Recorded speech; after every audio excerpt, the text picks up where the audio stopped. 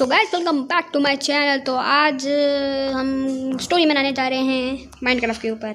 तो ये वीडियो मेरे ओपिनियन से है। सो गाइस चलो शुरू करते हैं बिना किसी देरी के। तो गाइस इस सब की कहानी तब से स्टार्ट हुई होगी जब से इनके पूर्वज स्टीव और एलिस के पूर्वज होंगे गाइस। हाँ गाइस ये ऐसा हो सकता है मेरे ओपिनियन से, क्योंकि ऐसा भी हो सकता है कि उधर एक वायरस फैला होगा जिसके कारण बहुत सारे लोग ज़ॉम्बीज़ बन चुके होंगे।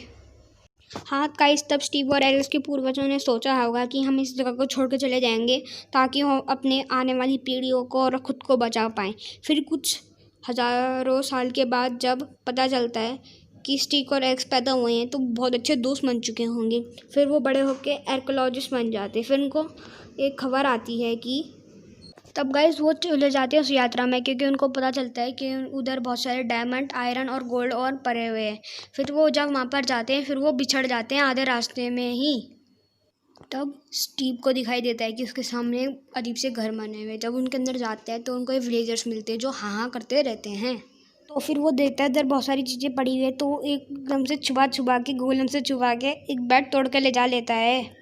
मैं एक बात बताना भूल गया कि इनको पहले देखते आयरन गोल्ड देख के बहुत डर लगा था। फिर इनसे छुप गए, भाग गए थे। फिर इनको पता चला अगर हम विलेजर्स को मारेंगे तभी ये हमारे ऊपर हमला करेगा। फिर क्या सोना क्या था, स्टीव पूरी जगह को अपने साथ चोर के ले जाता है।